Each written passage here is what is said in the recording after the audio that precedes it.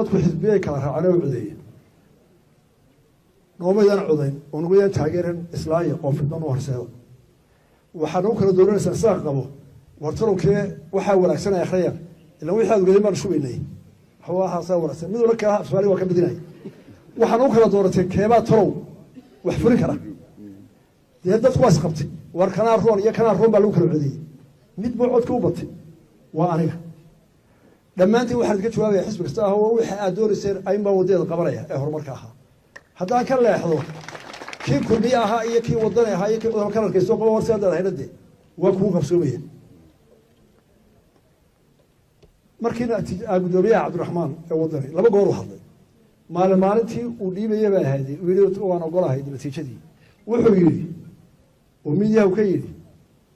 umaan tanaasulin ninkaanu tartamaynay umaanaan tanaasulin xisbigaanu tartamaynay qarankaanu u tanaasulin waa iska oray haddii qarankiiba loo tanaasulay wax kama qabno waayo waa guud laakiin bal hadda dib u baara qaamuska siyaasadda oo haddaad qofkii kula tartamaya aanad u tanaasulin xisbigana aanad u tanaasulin miyaa tanaasushay qoladiina dhakhaatiirtu bar hadda mar akhriya diiwaanka siyaasadda oo annaga mar baanu asbarogii bowsanaaye bal arrintaana xalkeeda hala helo haddaa ayaa loo tanaasulay dee ilan dadkii bar buu ka reebay markaa dadkii taageersanaa dee xisbigii kale iyo ninkii doortaba waa la cod dee markaa bulshada qayb baa codadee waxbaa la hayaa dee in la sii wadaayahay waxaan sugaynay markay cadhadi dunto cadho waa la baryaaye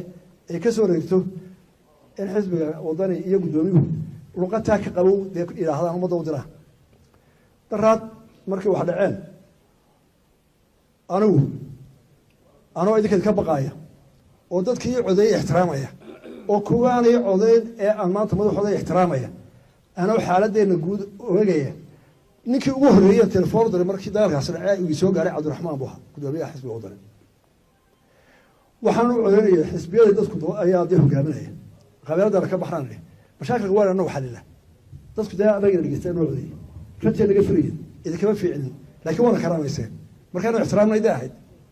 anoo taa ka duulayaan la hadla waxaasaa dhacay goor ku socdaa wuli soo dhaqsaan kuna martigoon baa jirtee aan wadada baridaha fadhiya uu tegey boorku ka hadlay wuxuu ka bilaabay walaalayaal doorashada waanu hadlay soo maynaan haabena dadka dhegeysanayay walaalayaal kulmiyanu amaahinay waan aniga waa laysoo sheegay waxaan saas u yidhi cajaradii haddii doontay waan dhegeystay waxaan leeyahay haddii qaamuska siyaasadda laga helo xisbi doorashadii walaa xisbi kala amaahiyey waa mid ugu cusub ah laysoo sheegay waxaanse leeyahay haddaanu kulmiya nahay xisbigii kulmiya iyo murashaxii kula tartamayey annagu ma qabna inaad maamahasho doorasho waxaanu qabnaa inuu tartamnay si cadaalada laynoogu qaybiyey tiradii laynoogu hubiyey aad ka dacwootay aada tiri meelaha qaarkood goobaha qaarkood iyo kursiyada qaarkood ay baaro in la baaro weybki idin xalibnayd oo aanaan ka hadal oo la hubiyey oo aynu 80,000 oo cod ku kala badnay baan qabaa oo feer iyo daacadahay waxay isweydiinay haddii maanta 80,000 uu leeyahay waanu helo waa layna amahiyo waa layna boobay cabdiraxmaan uu xisbigiina uu hogaaminayo doorasho dambana uu ku noqon doono oo talow tiro yar oo lagu burba hadduu keeno 80 iyo 70 muxuu yeeli doonaa ilaa rag baa ka tagay 80 iyo 70 waxaan leeyahay xisbiga wadani halkii baanu ku haynaa walaalnimo qadarin mucaaradad inta aynu wada leenahayna aynu wada ilaashano intaynu isku khilaafsannahayna waan idin ogola